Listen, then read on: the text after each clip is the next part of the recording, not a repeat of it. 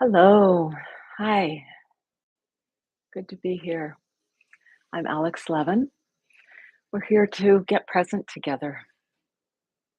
See how we can do that.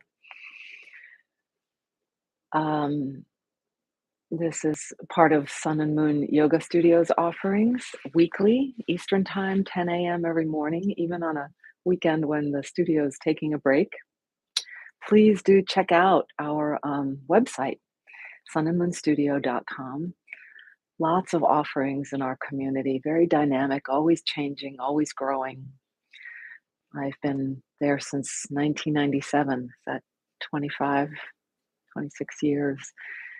It's a wonderful community. And you can join it virtually too if you're farther away than Arlington or Fairfax, Virginia. Hi, everyone who's here live with me and those of you who join later. So you'll need you'll need a comfortable, quiet place to be, as undisturbed as possible, but sometimes we have to deal with the disturbances. I'll show you who's with me here today. There's Rock, there's Tommy. They could disturb us. They could. A place to lie down, to sit. We'll do the movement today will be more about placing a hand on our body, and then we'll segue right into quiet sitting. So, you ready, Mary Beth? You ready, Nancy? Who's out there? Ann, Catherine, Kevin, Linda? Let's arrive.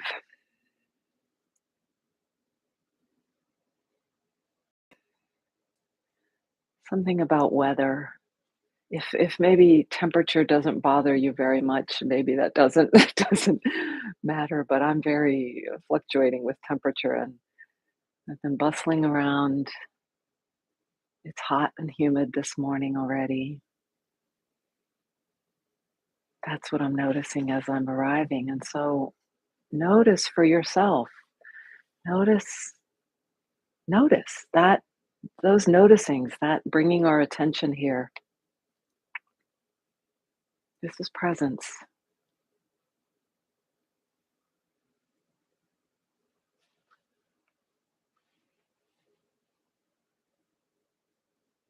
And noticing aspects of your body, the temperature, how the energy of it, as I mentioned, could have been that you've been moving a bit, been hurrying, or you've had a leisurely time and you've just before this and you're just sliding into this time together.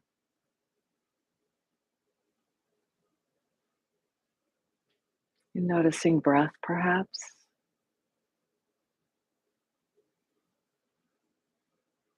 Noticing maybe the ways you're holding your body, and it becomes obvious that you may not need to be holding on so tightly.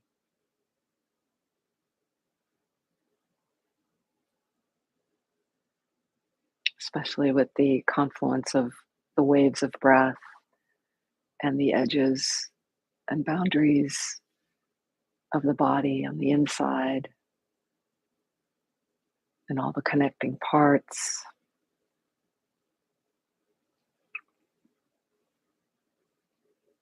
And you're noticing ground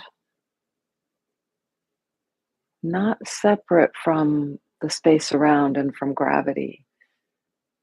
And ground I refer to as what is supporting us underneath. So that might be a cozy chair, it might be the floor, it might be your bed.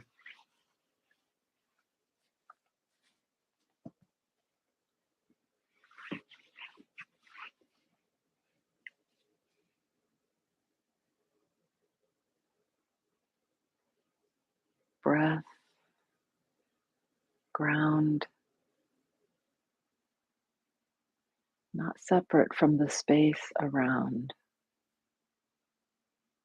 carrying to us sounds, light, temperature, connection to the air we're breathing, to the objects around us, to the nature outside us, to the other beings.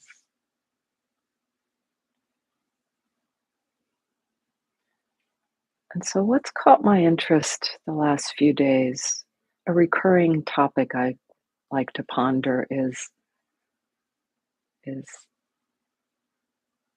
the energy of that's needed, the effort that's needed to bring our attention to right now, that directing of the stream of our attention. And a little in the spirit of how koans work, I'm not I'm not sure what that energy exactly is. I mean, we're all familiar with it, with how to shift our when we shift our attention from one thing to another. Um, Sometimes it feels like it takes a monumental influx of resources to shift our energy, and sometimes it's very easy. And what about, we know when we can focus, and we know when we're not, when we're distracted from what we want to focus on. And I'm just curious about that and how we get grabbed. And actually, I didn't think of this, but it relates a little to the newsletter, the Weekly Sun that Annie wrote about walking from one place in her house to the other and having the entertainment of her phone in that little transition. And I think it's partly about sort of a resistance to just taking that quiet time, and a predisposition of our nervous system to need to be engaged, to be alert. But as a friend and I were speaking yesterday, what about this topic and about what is the energy it takes? How do we commit to staying present? Is it possible to? Is it even desirable to be always present? And she said she's coming up with this idea of the relaxed tiger. You know how a large cat's even body can be so relaxed. And when we think of a tiger, we think of it being vigilant, even if it's sleeping and relaxed. We maybe assume or we think that a tiger could, at a moment's notice, need to tend to whatever it needs to catching its prey or to protecting its young, protecting itself.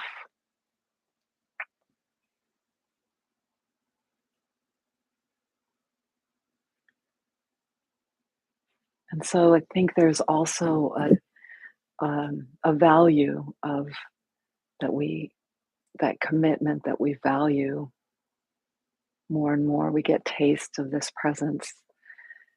And I'm not sure if this is a related, but I think it's a little bit related.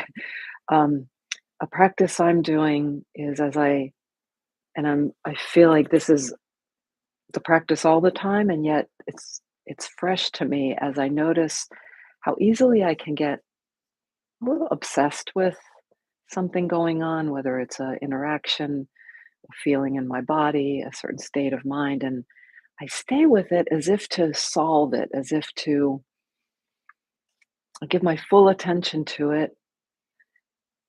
And what can be more helpful is to also stay a little while with it, do the problem solving, back off, turn to something else, and even to something completely different, as the sages through many centuries have advised. Sometimes it's just change it to anything different. Sort of like I often bring up that idea of doing a crossword puzzle or other puzzles. And as you're in it, and you can't get some of the clues and uh, and then to walk away from it, and maybe an hour later, it just comes to you, like the answer just comes. So in this practice, we're noticing the specific things that come. We're committing our resource of our attention to notice those specific things but not hang on to them, to also to just open to keep the periphery open, keep the windows open sort of, and allow itself the small thing to be in context, that it's within this dynamic, infinite context, intelligent perhaps. Okay, so let's turn back to our breath now and turn to the little bit of movement practice I'll share with you. It's a heart movement, attention, caring practice.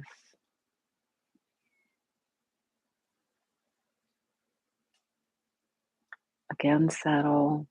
You don't have to be completely still, but make the commitment to listen and feel for what is wanting your attention just now, perhaps. And perhaps there's something specific. And take your time. Maybe the first thing that arrives is not the thing that you'll want to work with. Could be something physical, could be a relationship problem, a work problem.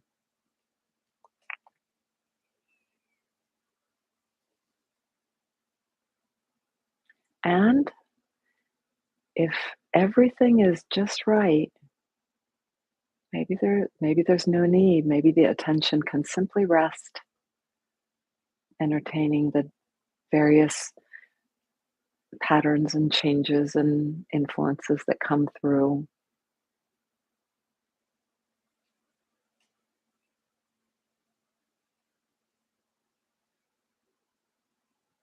It can be something very simple and not really that dramatic, or it can be something quite dramatic. Mine is just a little discomfort in my middle belly area, a little discomfort. And what I'm going to do, and if yours is a more relational and abstract in that way, not really, but it is in a way. It's not. See if you can find where it correlates in the body. There's usually, so if you think about the that project and that person at work, that and you might feel it's in the throat, might be in your shoulders, in your jaw, usually somewhere along this central corridor from the sense organs of the head down through the central channel of us in the heart, upper belly, breathing area, breathing muscle, and down lower into the tail. And then the way we'll phrase this is very important. You can say to yourself, something in me feels. So preface your, usually might say, I'm feeling this, or I'm this way, or I'm that, this is hurting. Something in me feels, and be as specific as possible with the what it is, the and brief. You can at first get it longer, but then more brief.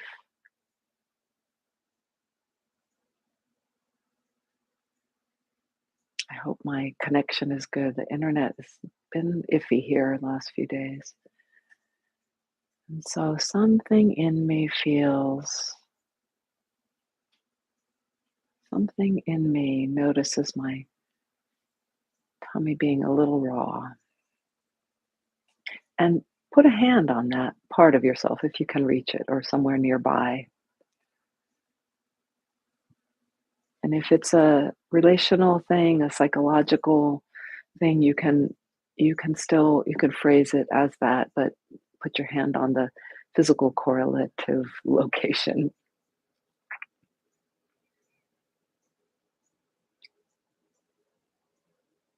And perhaps you notice that by saying the something in me feels, we've already made the measure of that thing that's bugging us or difficult to be smaller and to see, feel that our self is something much bigger. Our experience is really much bigger. Even if that something is still quite intense.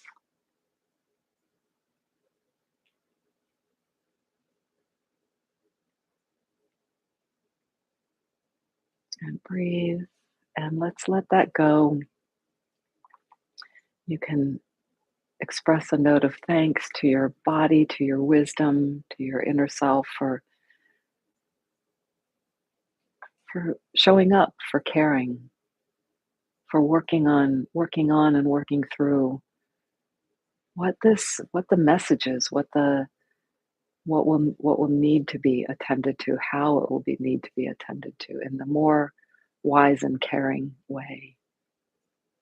And I hope if this is interest to you, you can come back and you can make a commitment to maybe every day visit the same place or whatever next comes up as what needs your attention. Find it in your body.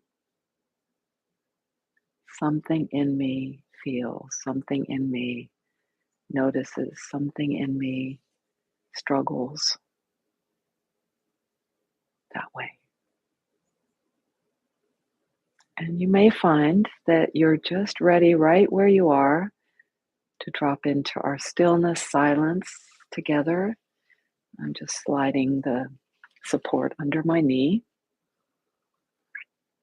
Or you can shift to do what you need to do to support about 7 minutes stillness, silence. And after I ring the bell, I will be more silent. So it'll be strange if you tune into this video at the point where it'll just be quiet with little drops of pointers to help bring us back if we need that, help to re-find presence. Here we go.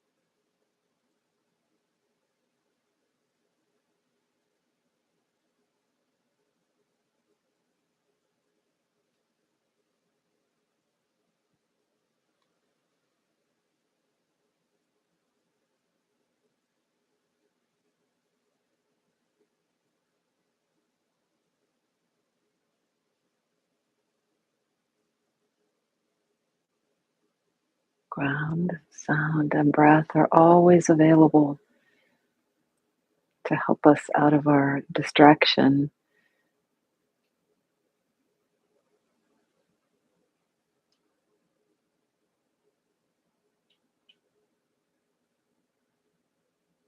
And please consider that when you do feel like you've lapsed, you've become a lapsed meditator, at some point you noticed that, and that is a moment of yay, celebration. Awareness is there.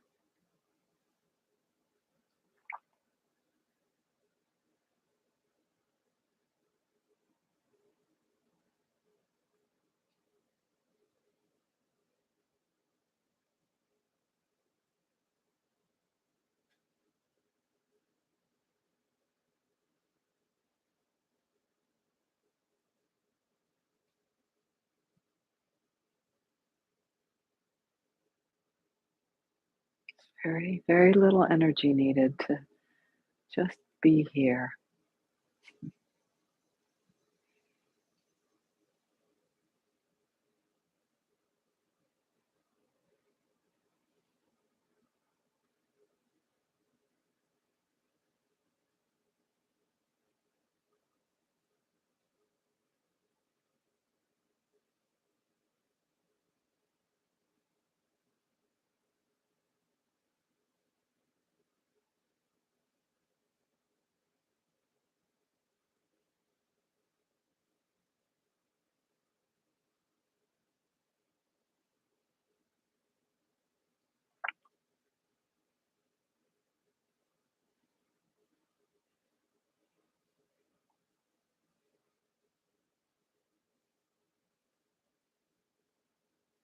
And stillness is a very valuable aspect of this practice. Again, with forgiveness if you slip, as I noticed the cat and turned to watch him.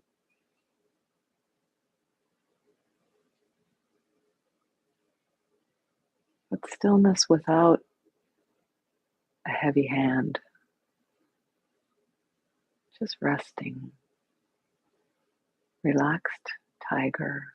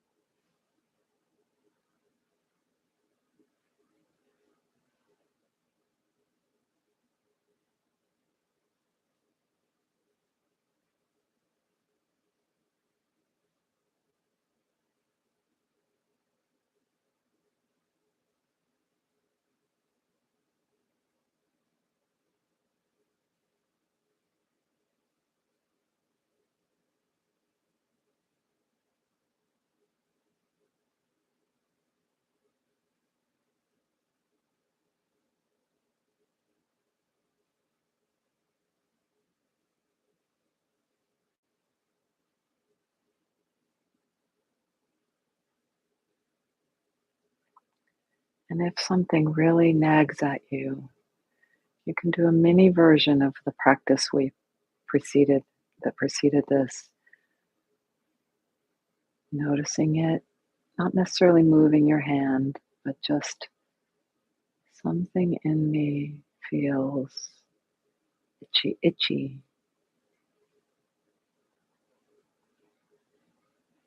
Something in me hurts.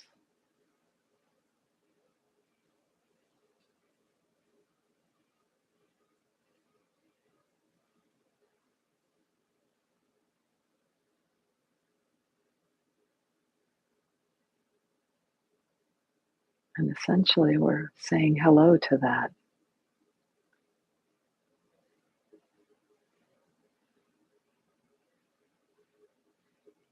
something. And then get back to just let it go, resting as open awareness.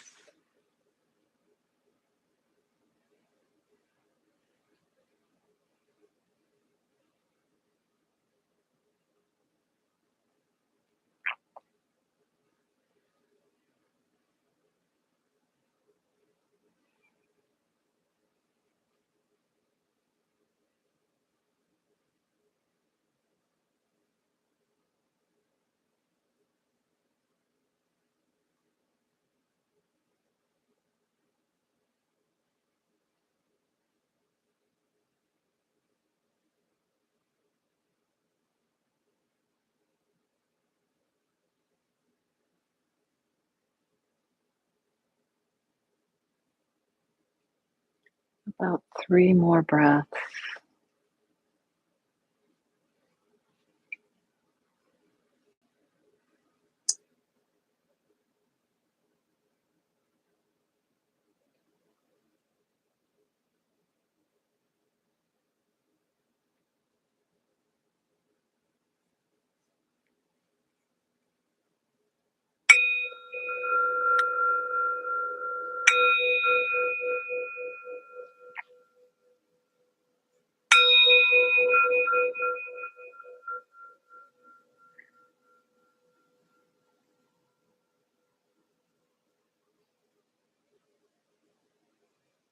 And perhaps you can sense what it's like to have been giving attention, what effort has been needed. It's the kind of effort. Perhaps it's more of a opening the hand of thought, as one Buddhist writer calls it.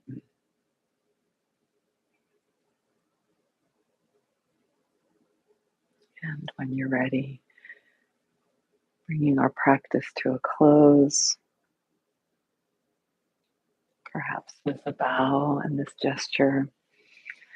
And this is still in the framework of some of the recent things I've been thinking about how what arrives for us, what is here, is for us, even when it doesn't seem like it's for us.